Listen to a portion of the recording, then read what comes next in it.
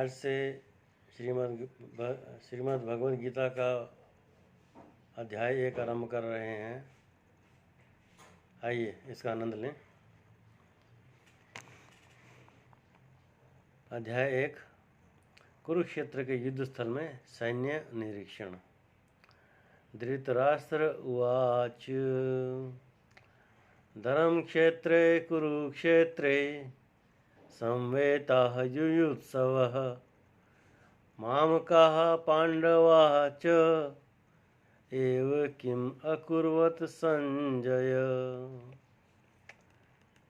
धृतराष्ट्र ने कहा, हे संजय, धर्म भूमि कुरुक्षेत्र में युद्ध की इच्छा से एकत्र हुए मेरे तथा पांडु के पुत्रों ने क्या किया। तात्पर्य ये है, भगवत गीता एक बहुपठित आस्तिक विज्ञान है जो गीता महात्म्य में सार रूप में दिया हुआ है।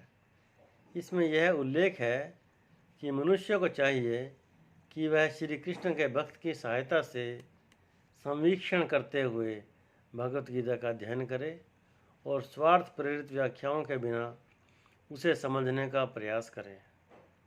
अर्जुन ने जिस प्रकार से साक्षात भगवान कृष्ण से गीता सुनी और उसका उपदेश ग्रहण किया, इस प्रकार की स्पष्ट अनुभूति का उदाहरण भगवत गीता में ही है। यदि उसी गुरु परंपरा से निजी स्वार्थ से प्रेरित हुए बिना किसी को भगवत गीता समझने का सौभाग्य प्राप्त हो तो वह समस्त वैदिक ज्ञान तथा विश्व के समस्त शास्त्रों के अध्ययन को पीछे छोड़ देता है। पाठक और श्रोताओं को भगवत गीता में न केवल अन्य शास्त्रों की सारी बातें मिलेंगी, अपितु ऐसी बातें भी मिलेंगी जो अन्यत्र कहीं उपलब्ध नहीं है। यही गीता का विशिष्ट मानदंड है। स्वयं भगवान श्री कृष्ण द्वारा साक्षात उच्चरित होने के कारण यह पूर्ण आस्तिक विज्ञान है। महाभारत में वर्णित धृतराष्ट्र तथा संजय की वार्ताएं इस महान दर्शन के मूल सिद्धांत का कार्य करती हैं। माना जाता है कि इस दर्शन की प्रस्तुति कुरुक्षेत्र के युद्ध स्थल में हुई, जो वैदिक युग से पवित्र तीर्थ स्थल रहा है। इसका प्रवचन भगवान द्वारा मानव जाति के पथ प्रदर्शन हेतु तब किया गया जब वे इस लोक में स्वयं उपस्थित थे। धर्मक्षेत्र शब्द सार्थक है क्योंकि कुरुक्षेत्र के युद्ध स्थल में अर्जुन के पक्ष में श्री भगवान स्वयं उपस्थित थे। कौरवों का पिता धृतराष्ट्र अपने पुत्रों की विजय की संभावना के विषय में अत्यधिक संदिग्ध था। अतः इसी संदेह के कारण उसने अपने सचिव संजय से पूछा, उन्होंने क्या किया। वह आश्वस्त था कि उसके पुत्र तथा उसके छोटे भाई पांडु के पुत्र कुरुक्षेत्र की युद्ध भूमि में निर्णयात्मक संग्राम के लिए एकत्र हुए हैं। फिर भी उसकी जिज्ञासा सार्थक है। वह नहीं चाहता था कि भाइयों में कोई समझौता हो, अतः वह युद्ध भूमि में अपने पुत्रों की नियति, भाग्य और भावी के विषय में आश्वस्त होना चाह रहा था। क्योंकि इस युद्ध को कुरुक्षेत्र में लड़ा जाना था, जिसका उल्लेख वेदों में स्वर्ग के निवासियों के लिए भी तीर्थ स्थल के रूप में हुआ है। अतः धृतराष्ट्र अत्यंत भयभीत था कि इस पवित्र स्थल का युद्ध के परिणाम पर न जाने कैसा प्रभाव पड़े। उसे भली भांति ज्ञात था कि इसका प्रभाव अर्जुन तथा पांडु के अन्य पुत्रों पर अत्यंत अनुकूल पड़ेगा, क्योंकि स्वभाव से ही वे सभी पुण्यात्मा थे। संजय श्री व्यास का शिष्य था, अतः उनकी कृपा से संजय धृतराष्ट्र ने उससे युद्ध स्थल की स्थिति के विषय में पूछा। पांडव तथा धृतराष्ट्र के पुत्र दोनों ही एक वंश से संबंधित हैं, किंतु यहाँ पर धृतराष्ट्र के वाक्य से उसके मनोभाव प्रकट होते हैं। उसने जानबूझकर अपने पुत्रों पर धृतराष्ट्र के वाक्य से उसके मनोभाव प्रकट होते हैं। उसने जानबूझकर अपने पुत्रों को कुरु कहा और पांडु के पुत्रों को वंश के उत्तराधिकार से विलग कर दिया।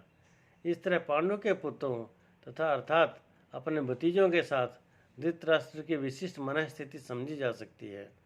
जिस प्रकार धान के खेत से अवांछित पौधों को उखाड़ दिया जाता है, उसी प्रकार इस कथा के आरंभ से ही ऐसी आशा की जाती है कि जहाँ धर्म के पिता श्री कृष्ण उपस्थित हों, वहाँ कुरुक्षेत्र रूपी खेत में दुर्योधन आदि धृतराष्ट्र के पुत्र रूपी अवांछित पौधों को समूल नष्ट करके युधिष्ठिर आदि नितांत धार्मिक पुरुषों की स्थापना की जाएगी।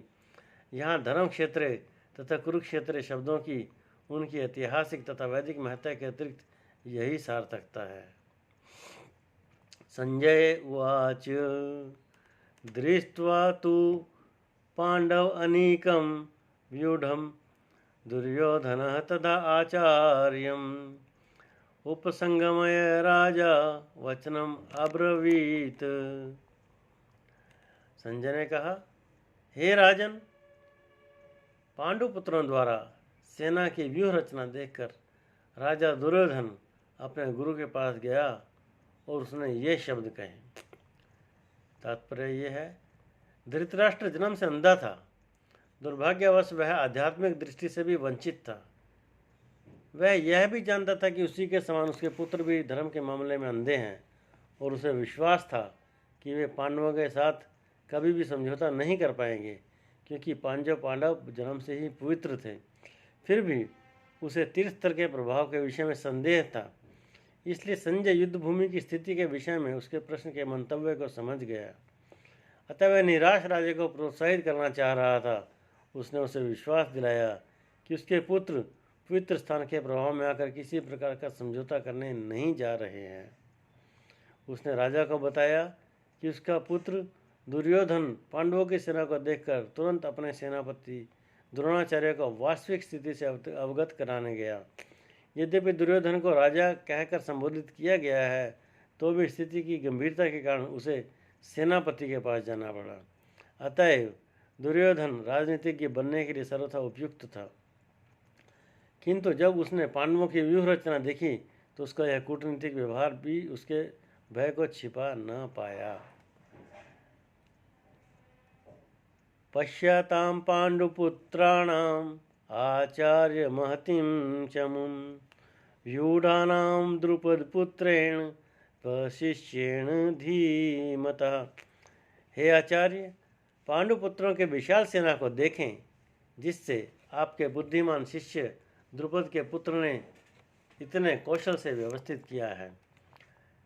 परम राजनीतिज्ञ दुर्योधन महान ब्राह्मण सेनापति द्रोणाचार्य के दोषों को इंगित करना चाहता था।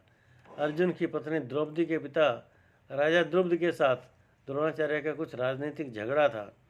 इस झगड़े के फलस्वरूप द्रुपद ने एक महान यज्ञ संपन्न किया, जिससे उसे एक ऐसा पुत्र प्राप्त होने का वरदान मिला जो द्रोणाचार्य का वध कर सके।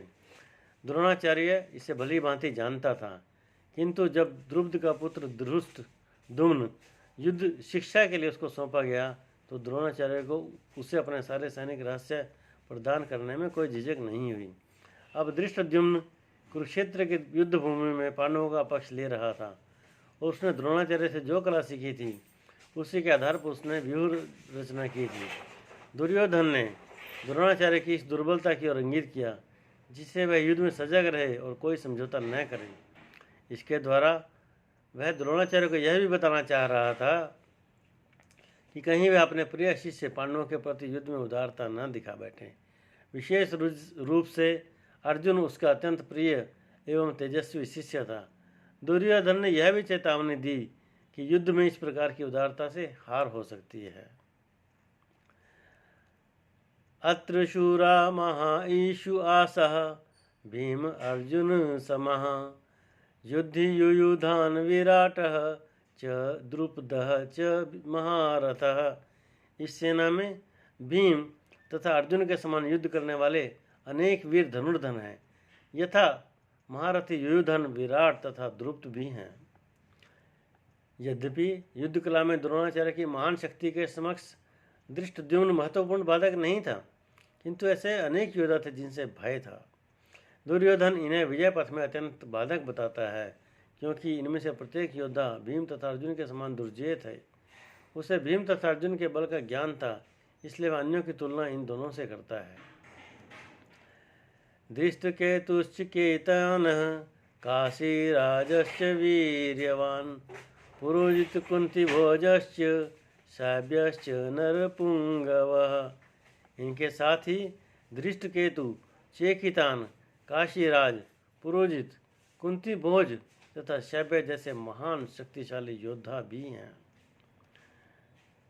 युधामन्युश्च विक्रांत उत्तमौजाश्च वीर्यवान सौभद्रो द्रौपदयाश्च सर्व एव महारथः। पराक्रमी युधामन्यु, अत्यंत शक्तिशाली उत्तमौजा, सुभद्रा का पुत्र तथा द्रौपदी के पुत्र, ये सभी महारथी हैं। अस्माकं तु विशिष्टा ये तन्निबोध द्विजोत्तमं नायका मम सैन्यस्य संज्ञार्थतान ब्रवीमि ते। किंतु हे ब्राह्मण श्रेष्ठ, आपकी सूचना के लिए मैं अपनी सेना के उन नायकों के विषय में बताना चाहूँगा जो मेरी सेना को संचालित करने में विशेष रूप से निपुण हैं। आज यहीं तक, श्लोक 8 से आगे कल पढ़ेंगे इस बारे में। धन्यवाद।